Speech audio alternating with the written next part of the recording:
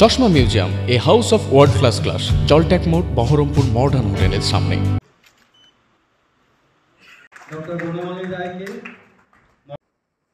কেউ কোনো একজন শিল্পী আমার, এটাই তো হওয়া উচিত।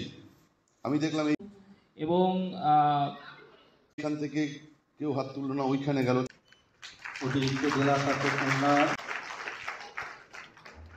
এবং সেগুলোকে লোকের মাধ্যমে এবং আমরা নুরজাহান কার নাম ছিল, একজন বিখ্যাত মানুষের। যাদের আমরা এখানে অন্য কিছু বলতে এসেছি। আমি বিভিন্ন গ্রামে গ্রামে গিয়ে এক মাসে আমরা 200টা বাল্যবিবাহ আটকেছি। তাদের প্রত্যেকের বয়স 14, 13, 15, 16 এরকম। এটা আটকেছি, যেগুলো আমাদের কাছে সঠিক সময়ে খবর এসেছে, আর যেগুলো আসেনি সেগুলো হয়েছে, তাই তো? সবই কি আমরা আটকাতে পারছি? সব তো আটকাতে পারছি না। চুরি হচ্ছে না, এত পুলিশ টুলিশ থাকার পরেও বাড়ির থেকে চুরি হয় না?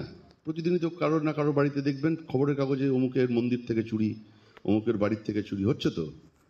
ঠিক, তাহলে প্রশাসন পারছে না একা, কি করতে হবে? কি করতে হবে?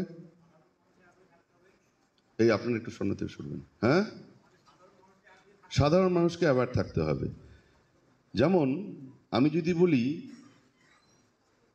যে আপনি খোলা জায়গায়, খোলা মাঠে মলত্যাগ করবেন না, সরকার থেকে আপনাকে 12,000 টাকা দিয়ে এই ধরনের একটি টয়লেট করে দেওয়া হবে। এটা আমি বললাম, শোনার দায়িত্ব কার? আপনার, মানুষের। মানুষ না শুনলে আমি পারবো? এটা তো গণতান্ত্রিক দেশ। আপনার কপালে কি আমি বন্দুক ঠেকিয়ে বাধ্য করব? হবে না। আচ্ছা, যদি করেও দিই, আমরা এরকমও দেখেছি যে আমরা করে দিয়েছি টয়লেট, তার বাড়িতে জায়গা ছিল, বিনামূল্যে আমরা গিয়ে করে দিয়েছি। 1 মাস পর ইন্সপেকশনে গিয়ে দেখা যাচ্ছে যে সেখানে সে ঘুঁটে, কাঠ এসব রেখেছে, ছাগল। তাহলে কি হলো? যতক্ষণ না আপনি নিজে জাগছেন। আমি যদি বলি যে 2 2 4 হয়, আমাকে বোঝান, কেউ বোঝাতে পারবেন? পারবেন? হ্যাঁ, নিজে না বুঝলে বোঝানো যায়। বাংলা একটা প্রবাদ আছে, যিনি জেগে ঘুমাচ্ছেন তাকে জাগানো যায় না। আমি যদি সব জেনে বলি যে শুনবো না, তাহলে এমন কোনো ব্যবস্থাপনা নেই আমাদের দেশে, কোনো দেশেই নেই। যে দেশ যত বেশি এগিয়ে, আমরা বলি না ওই দেশ এত এগিয়ে গেছে, কি জন্য এগিয়েছে? তাদের দেশের নাগরিকরা সচেতন। আর আমাদের দেশে উল্টোটা, আমাদের দেশের নাগরিকরা ততখানি সচেতন নয়। ওই জন্য দেখবেন ড্রেনগুলোতে প্রচুর পরিমাণে প্লাস্টিক পড়ে রয়েছে, থাকে না? গ্রামের কোনো ড্রেন দেখবেন জল যাচ্ছে না। ড্রেন কি জন্য করা হয়? জল যাতে পাস হয়। আর আমাদের দেশের ড্রেন ঠিক উল্টো, ড্রেন করা হয় জল যাতে না যায়। আপনার হাতে যদি প্লাস্টিকের বোতল থাকে, জলটা খেয়ে আপনি খুঁজবেন ড্রেনটা কোথায়, ড্রেন পেলে সেখানে ফেলবেন। ফেলি না আমরা? এই যে লালবাগ শহরে আপনি চলুন, যে কোনো জায়গায় আমরা প্লাস্টিকের ভাঁড়ে, মাটির ভাঁড়ে চা খাচ্ছি এবং সেটাকে যেখানে সেখানে ফেলে দিচ্ছি। কুরকুরের প্যাকেট, চিপসের প্যাকেট, বিভিন্ন জিনিসের ফেলছি না?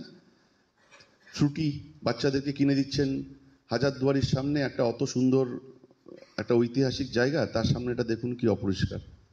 প্রতিদিন মিউনিসিপ্যালিটিকে পরিষ্কার করতে হচ্ছে। এমনটা ভাবুন তো, যদি এমন একটা দেশ তৈরি করা যায়, পরিষ্কারই করতে হবে না, সবাই নিজের নিজের সচেতন থাকবো। আপনি যে জায়গাটায় ঘুমান, যে বালিশে, যে বিছানায়, সেটা কি অপরিষ্কার রাখেন? রাখেন না। তাহলে আমরা শুধু ওইটুকু নিয়েই ভাবি, আর বাইরের জায়গাটা আমাদের নয়, ওটা অন্য কারোর। তো যত নোংরা গিয়ে পড়ছে ওখানে।